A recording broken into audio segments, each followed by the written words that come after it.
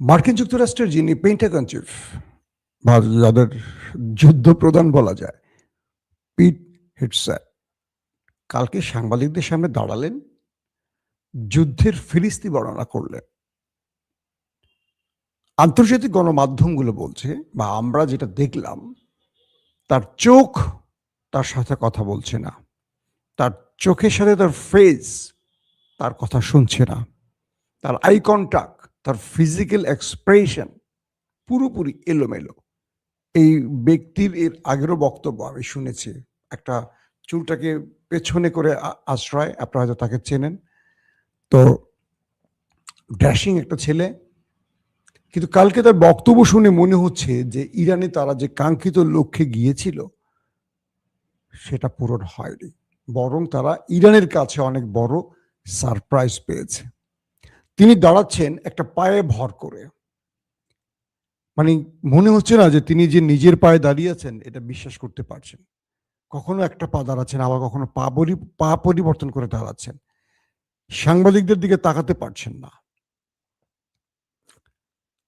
তিনি যে কথাগুলো বলছেন মনে হচ্ছে তিনি সত্য বলছেন না, কিন্তু তিনি এটা বোঝাতে চেষ্টা করছেন যে আমি সত্য বলছি, আমি মিথ্যা বলছি, তোমরা বুঝে নাও। তার সাথে তার বক্তব্যের সুরের, কণ্ঠের, এক্সপ্রেশনের কোনো মিল খুঁজে পাওয়া যাচ্ছে না। আবার কখনো কখনো তিনি কথাগুলো চাবাচ্ছেন, কি বলছেন তিনি বুঝতেছেন যে আমার সামনে বসে আছে পৃথিবীর সবচেয়ে বড় বড় সাংবাদিক বা পৃথিবীর সব বড় বড় গণমাধ্যম, তারা দেখবে, বুঝবে আসলে আমি সত্য নাকি মিথ্যা বলছি। পাশাপাশি ধরেন তার পুরো বিষয়গুলোকে একটু ভালো করে পর্যবেক্ষণ করলে বুঝতে পারবেন যে আমেরিকা ইরানে কত বড় ধাক্কাটা খেয়েছে। দর্শক, এই পিট হেগসেটের বক্তব্য ধরে এইটুকু বোঝা গেছে, আমেরিকা একটা বড় ধাক্কা খেতে যাচ্ছে ইরানে। মিস্টার ডোনাল্ড ট্রাম্প বলেছেন যে তারা ইরানে আরো বড় আক্রমণ করতে যাচ্ছেন শিগগিরই।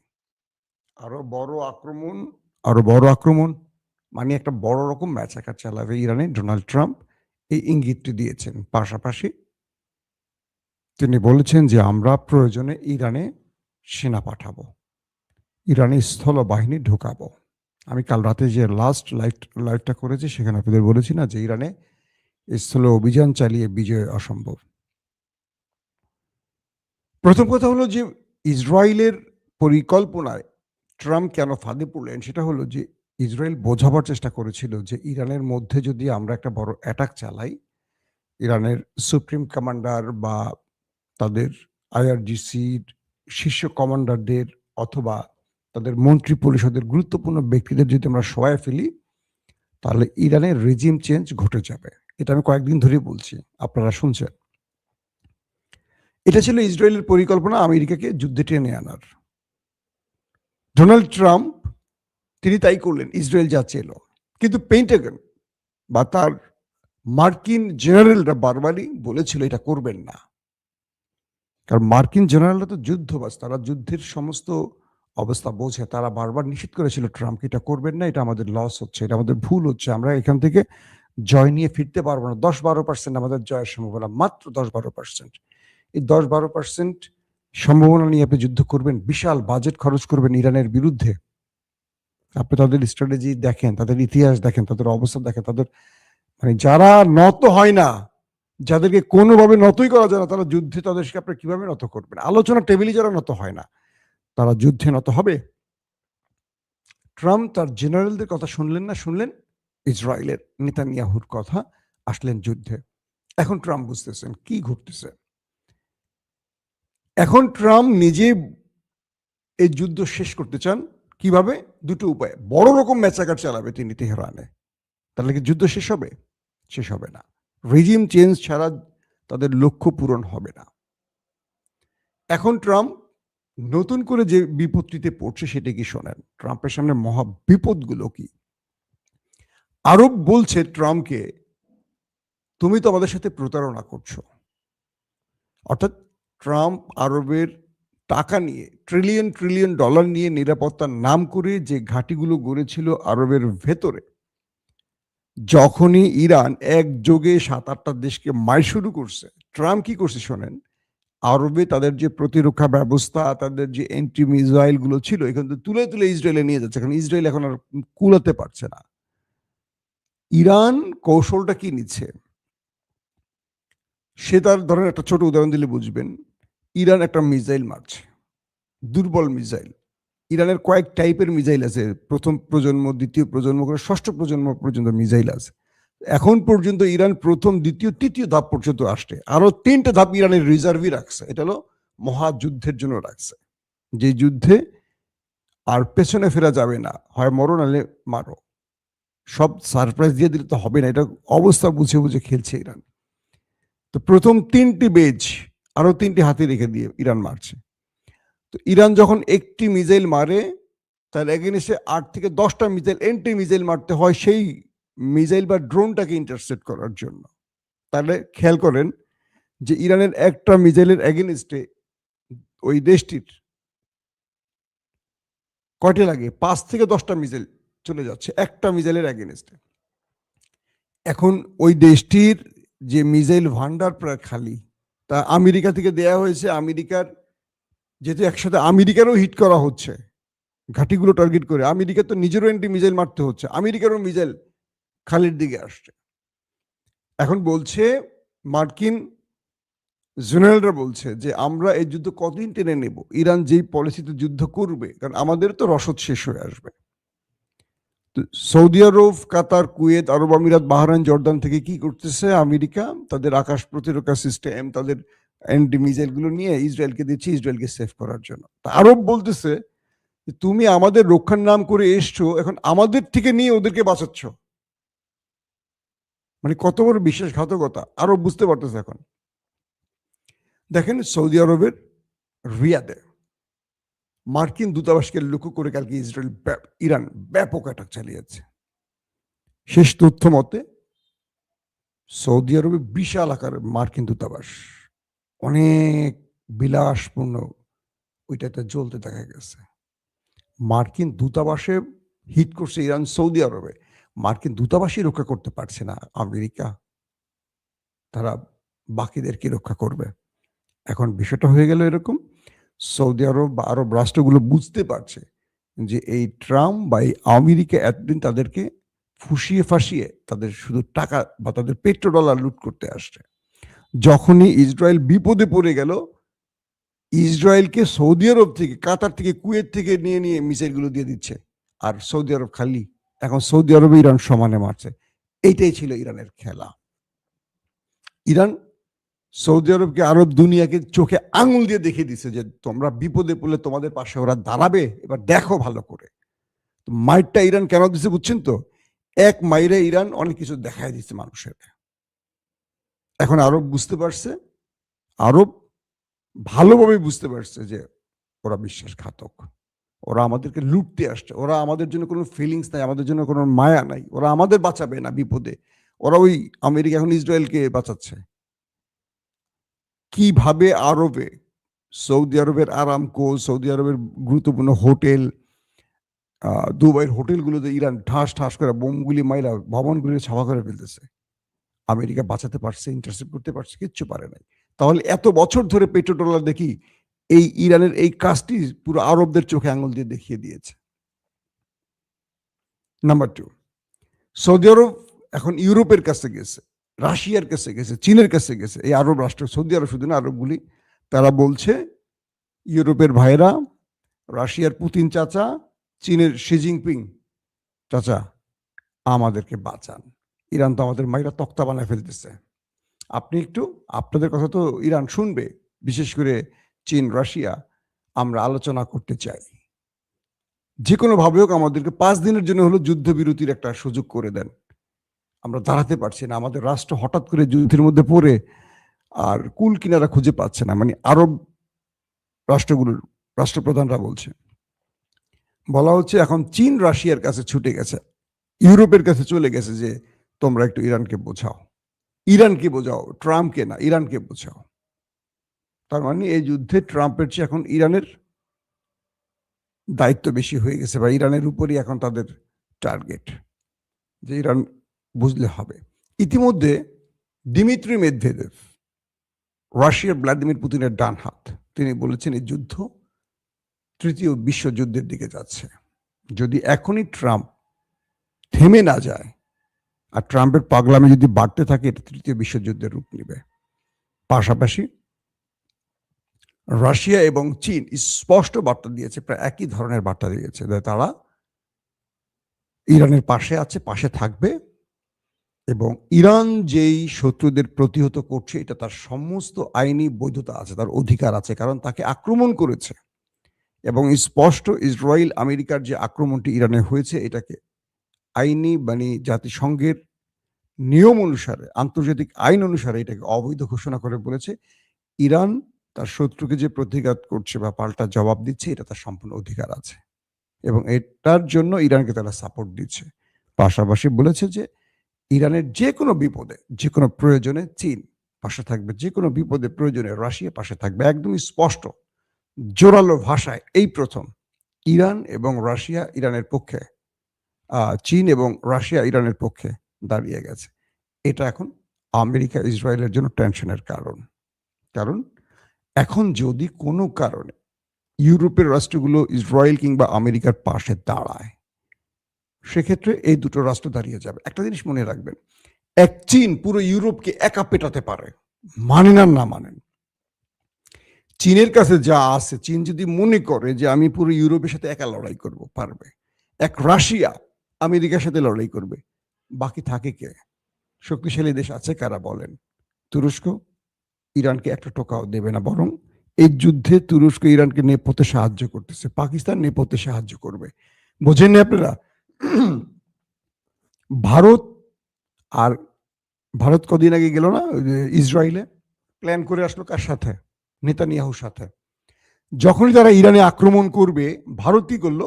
আফগানকে পাকিস্তানের বিরুদ্ধে লাগাই দিল। হঠাৎ করে আফগান সীমান্তে এসে, খাইবার পাখতুনখোয়ার পয়েন্টে পাকিস্তানের সীমান্তে এসে তাদের সেনাদের উপর হামলা করলো, বড় ধরনের হামলা করলো, মামুলিটা না। কারণ বড় ধরনের হামলা করলে পাকিস্তান আফগানের উপর খেপে গিয়ে তারা আক্রমণ শুরু করবে, তারা স্ট্রাইক শুধু মামুলি স্ট্রাইক চালাবে না, যুদ্ধে জড়ায় যাবে। যখন মিলান নেতানিয়াহুর সাথে নরেন্দ্র মোদী বৈঠক করেন ইসরায়েলে গিয়ে, এর একদিন দুদিনের মাথায় ঘটনাটি ঘটলো, আফগান খাইবার পাখতুনখোয়া সীমান্তে এসে পাকিস্তানের উপর হামলা করে। পাকিস্তান তারপরের দিনই বড় স্ট্রাইক চালায়। ঠিক তার একদিন দুদিনের মাথায় ইরানে হামলা করে। আমাদের অনেক বোকা দর্শক বলে যে আফগানরা নাকি ইরানের পক্ষে দাঁড়াবে, ঘোষণা দিয়েছে। আফগানরা ফিলিস্তিনের যে গত কয়েক বছর ধরে যুদ্ধ হলো, আফগানরা এক পা আগাইছেন, একটা স্টেটমেন্ট দিয়েছে। আপনাদের শুনছেন কেউ? শুনেন আমাদেরকে। মূলত আফগানদেরকে পাকিস্তান যাতে কোনোভাবে ইরানকে সাহায্য করতে না পারে, এই জন্য আফগানকে দিয়ে পাকিস্তানকে বিজি রাখছে। আফগানরা পুরো এখন ভারতের হাতের পুতুল। ভারত যা চায় আফগানরা তাই করতেছে। আপনারা এটা যদি না বোঝেন, আর তাহলে সংবাদ দেখা দরকার নাই।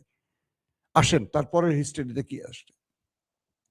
এখন যে বিষয়টি তৈরি হয়েছে, উপসাগর থেকে মার্কিন জাহাজগুলো পালাতে শুরু করেছে। যখনই মার্কিন সবচেয়ে বড় মূল্যবান এয়ারক্রাফট ক্যারিয়ার আব্রাহাম লিঙ্কন আক্রমণে আসছিল, সেটাকে ড্রোন এবং মিসাইল দিয়ে হিট করে ইরান। অল্পের জন্য প্রাণে বাঁচলেও আমেরিকা তার এয়ারক্রাফট ক্যারিয়ার নিয়ে দ্রুত পালাতে শুরু করেছে। ইতিমধ্যে সেটা ইরানের টেরিটরি থেকে বেরিয়ে গেছে, ইরানের সীমান্তের ভিতর থেকে বেরিয়ে অন্য জলসীমায় চলে গেছে ইরানের ভয়ে। এটাকে নিয়ে আসছিল ইরানকে ভয় দেখাতে, এখন এটাই পালায় গেছে ভয়ের ঠেলায়। পাশাপাশি হরমুজ প্রণালী পুরো বন্ধ করে দিয়েছে, যাকে পাচ্ছে তাকে মাইট দিচ্ছে, যাকে পাচ্ছে ইরান তাকে মাইট দিচ্ছে। পুরো হরমুজ প্রণালীর আগে সাগরে জ্যাম পড়ে গেছে এখন জাহাজের, তেলের জাহাজের, সব জাহাজ আটকে আছে সেখানে। ইরান কাউকে আর পারমিশন দিচ্ছে না, পুরো অর্থনীতিকে স্টপ করে দিচ্ছে। মার্কিন স্টক মার্কেট ধস করে পড়ে যাচ্ছে, পুরো মধ্যপ্রাচ্যের বিমান চলাচল বন্ধ। এখন যারা মানে মার্কিন যে সেনাবাহিনীগুলো ঘাঁটি থেকে পালিয়েছিল বিভিন্ন হোটেলে মোটেলে, যেখানে ইরান এখন টার্গেট করে হিট করতেছে, এখন তাদেরকে বিভিন্ন জায়গায় সরিয়ে নিচ্ছে। আরবের বিভিন্ন ব্যক্তিরা এখন ইউরোপের দিকে চলে যাচ্ছে ফ্যামিলি টেবিলে নিয়ে, বিমানবন্দর এখন গাড়ির পথে, লং টাইম গাড়িতে করে তারা চলে যাচ্ছে। আরবের সবাই তো মোটামুটি ধনী লোক, তারা এখন ইউরোপে যেহেতু এখন আক্রমণ হয়নি, তারা বাঁচার জন্য ইউরোপে চলে যাচ্ছে। মার্কিন যুক্তরাষ্ট্রের অনেক নাগরিক, অনেক ব্যক্তি আরব ছাড়া শুরু করছে। তার মানে আরবে আরো বড় আক্রমণের সম্ভাবনা আছে। আরব এবার বুঝতে পারতেছে তারা কি ক্ষতি করেছে। তারা নিজেরা ইরানকে মারে না, কিন্তু আমেরিকার ঘাঁটি করে দেয়, আমেরিকা মারে। ইরান ডাইরেক্ট বলছে আরবের বন্ধুদের যে তোমরা আমাদের বন্ধু রাষ্ট্র, বারবার তোমাদেরকে সতর্ক করেছিলাম যে তোমাদের ভূমি ব্যবহার করে হামলা হলে আমরা তোমাদের ভূমিতে আক্রমণ করব, তোমরা আমাদের কথা কানে নাওনি। তোমরা আমাদের ভাই রাষ্ট্র হওয়ার পরও তোমাদের ঘাঁটি, তোমাদের ভূমি আকাশ ব্যবহার করে আমার রাষ্ট্রের উপর যদি হামলা হয়, অবশ্যই আমি প্রতি উত্তর দিব। এটা আবার আইনি এবং নৈতিক অধিকার আছে। এখন কি বলবে আরব রাষ্ট্র? কারণ এই ঘাঁটিগুলো ব্যবহার করে ইরানে হামলা করা হয়েছে। ইরান চুপ থাকবে? কোনোভাবেই আরব রাষ্ট্রের অধিকার নেই ইরানকে এই কথাটা বলার যে তুমি আমার উপর আক্রমণ করছো কেন। কারণ তোমার ভূমি ব্যবহার করে আমেরিকা আক্রমণ করে কি করে? কই তুরস্ক তো ইরান আক্রমণ করেনি, কারণ তুরস্ক ইরানে আক্রমণে মার্কিন ঘাঁটিকে অনুমতি দেয়নি। এরদোয়ান সরাসরি বলছে যে আমার ঘাঁটি থেকে যদি একটা ইরানে আক্রমণ, আমি তোমার ঘাঁটি এখানে রাখবো না, বের করে দেবো ঘাট ধরে। ইরানের তুরস্কের মতো কথা বলতে হইতো সৌদি আরব। এখন খাও মাইর, এখন সৌদি আরবে পালায় বাঁচতেছে না। বিভিন্ন জায়গা থেকে মার্কিন সেনারা আরব ছাড়া শুরু করছে, বিভিন্ন উপায়ে তারা আরব ছাড়তে শুরু করছে। তারা আসছে রক্ষা করতে, এখন আরব ছাড়া শুরু করছে। এখন আরব দেখতেছে যে তাদের বিপদে যাদেরকে এতদিন পাহারাদার হিসেবে নিয়োগ দিয়ে রাখছে, এত টাকা দিয়ে, হাজার হাজার crore crore trillion trillion dollar দিয়ে, এখন তাদের পাহারাদারি পালাচ্ছে মালিকরা রেখে। এমন এক সিচুয়েশনে পড়ে গেছে এখন আরবরা। পাশাপাশি এই যুদ্ধের গতি প্রকৃতি এখন ভিন্ন দিকে এগোতে শুরু করেছে। দখলদার দেশটির মধ্যে বৃষ্টি চলছে মিসাইলের। ড্রোন ফুটেজে দেখতেছি একেবারে সেই দেশটিকে ছাপা করে ফেলছে ইরান। ক্লাস্টার বোমাও মারছে নাকি, এমন অভিযোগও আসছে। ইরান পাগল হয়ে গেছে এখন। ইরান এখন ডুডাই ম্যাচ খেলছে। এটা বোঝে নাই ডোনাল্ড ট্রাম্প। ইরান এখন এক ভয়ঙ্কর খেলায় মেতে উঠছে। তাদের কথা আমরা তো মরছি, তোদেরকে নিয়ে মরবো। এখন ইরানকে শান্ত করতে পারে দুটো দেশ, চীন আর রাশিয়া। তবে চীন আর রাশিয়া আরবদেরকে আরেকটু শিক্ষা দিবে যে তোমরা সারা জীবন আমেরিকাকে বন্ধু ভাবছো, দেখো তোমরা আমেরিকার হাত ছাড়ো, প্রয়োজনে আমাদের হাত ধরো, আমরা বিপদে পাশে দাঁড়াবো। এখন এই হিসেবে চীন রাশিয়া ইরানকে বলছে একটু মাইট দে, ভালো করে মাইট দে, যাতে আমাদের মূল্যটা বোঝে। সবকিছু মিলে এই মুহূর্তে যুদ্ধের গতি প্রকৃতি খুব ভয়ঙ্কর দিকে যাচ্ছে। ইরানের মধ্যেও ভালো রকম অ্যাটাক করতেছে দখলদার দেশরা ম্যাসিভ আকারে। ইরানও ম্যাসিভ আকারে করছে। খেলা এখন হাই ভোল্টেজ চলতেছে। আরব রাষ্ট্রের মধ্যে মার্কিন যা পাচ্ছে, ইসরায়েলি যা পাচ্ছে সেখানে হিট করছে, এবং ইরানের কোনো হিট নিখুঁত, মানে সব নিখুঁত, টার্গেটে হিট করছে। পাশাপাশি ইরানকে গোয়েন্দা তথ্য দিচ্ছে বেশ কিছু রাষ্ট্র বলা হচ্ছে, এবং সেই রাষ্ট্রের তথ্য অনুযায়ী ইরান সাকসেস অপারেশন করে যাচ্ছে, একটার পর একটা সাকসেস অপারেশন করে যাচ্ছে। তাই ইরানের সামনে এখন খোলা পথ একটাই। আর আমেরিকা এখন যে কোনোভাবে চাইছে এই যুদ্ধ থেকে বাঁচার জন্য। এখন এই যুদ্ধ থেকে বাঁচার কোনো উপায় আর খুঁজে পাচ্ছে না। ট্রাম্প বলছে তারা আরো 4 সপ্তাহ যুদ্ধকে টেনে নিতে পারে। যে ব্যক্তি বলেছিলেন 2 দিনে সমাপ্ত করবেন, সেই ব্যক্তি এখন আরো 4 সপ্তাহ কথা বলছেন, কারণ ইরান রাজি হয়নি যুদ্ধবিরতির জন্য। এখন ট্রাম্প মহা চাপে পড়ে গেছেন। তার জেনারেলরা তাকে এখন চাপ দেওয়া শুরু করছে যে আপনি গড়তুমি করে যুদ্ধে গেছেন। কারণ আজকে ইকোনমিস্ট একটা নিউজ দিছে, ওয়াশিংটন পোস্ট ডাইরেক্ট বলছে ট্রাম্প পরাজয়ের পথে। ইকোনমিস্ট বলছে কি, এই ট্রাম্প বারাক হোসেন ওবামার কাছে পরাজিত হওয়ার পর বলেছিল, মিস্টার বারাক হোসেন বা বারাক ওবামা, তিনি যে যুদ্ধটা শুরু করছিলেন, তিনি মূলত তার মকবুলিয়াত বা তার জনপ্রিয়তা, তার খ্যাতি ছড়াবার জন্য শুরু করছিলেন, যেটা বারাক ওবামা তার সময় যে যুদ্ধটা করছিলেন, এটা আমেরিকার জন্য পতনের কারণ হবে। সেই ব্যক্তি আজকে বলছেন, সেই ট্রাম্প আজকে নিজে ইরানের বিরুদ্ধে যুদ্ধ শুরু করে তিনি চেয়েছিলেন যে তার অবস্থাটা পাকাপোক্ত করতে। কিন্তু এই মুহূর্তে মার্কিন প্রত্যেকটা গণমাধ্যম জরিপ বলছে ট্রাম্পের জনপ্রিয়তা একদম তলানিতে নেমে গেছে। ট্রাম্প এক ইসরায়েলকে বা ইসরায়েলের কথা রাখতে গিয়ে তার রাজনৈতিক ক্যারিয়ার বা তার প্রেসিডেন্টশিপের যে পাওয়ারফুল অবস্থানটা, সেটাকে একেবারে হারিয়ে ফেলছেন। পুরো পৃথিবী তাকে আর সাপোর্ট দিচ্ছে না। জাতিসংঘ পর্যন্ত বলছে ইরানের মধ্যে শিশুদের উপর যে হামলাটা হয়েছে, এটা গ্রহণযোগ্য নয়। আস্তে, আস্তে আওয়াজ উঠতে শুরু করবে। ইনশাআল্লাহ আমরা বিশ্বাস করি বড় কিছু আসছে সামনে। দর্শক, আমরা নেক্সট বুলেটিন আবার খুব শীঘ্রই দিব। হাতে যে কোনো বড় খবর আসার সঙ্গে, সঙ্গে আমরা চলে আসব আপনাদেরকে তরতাজা ব্রেকিং খবরগুলো দেওয়ার জন্য। প্রত্যেকে ভালো থাকবেন। আল্লাহ হাফেজ।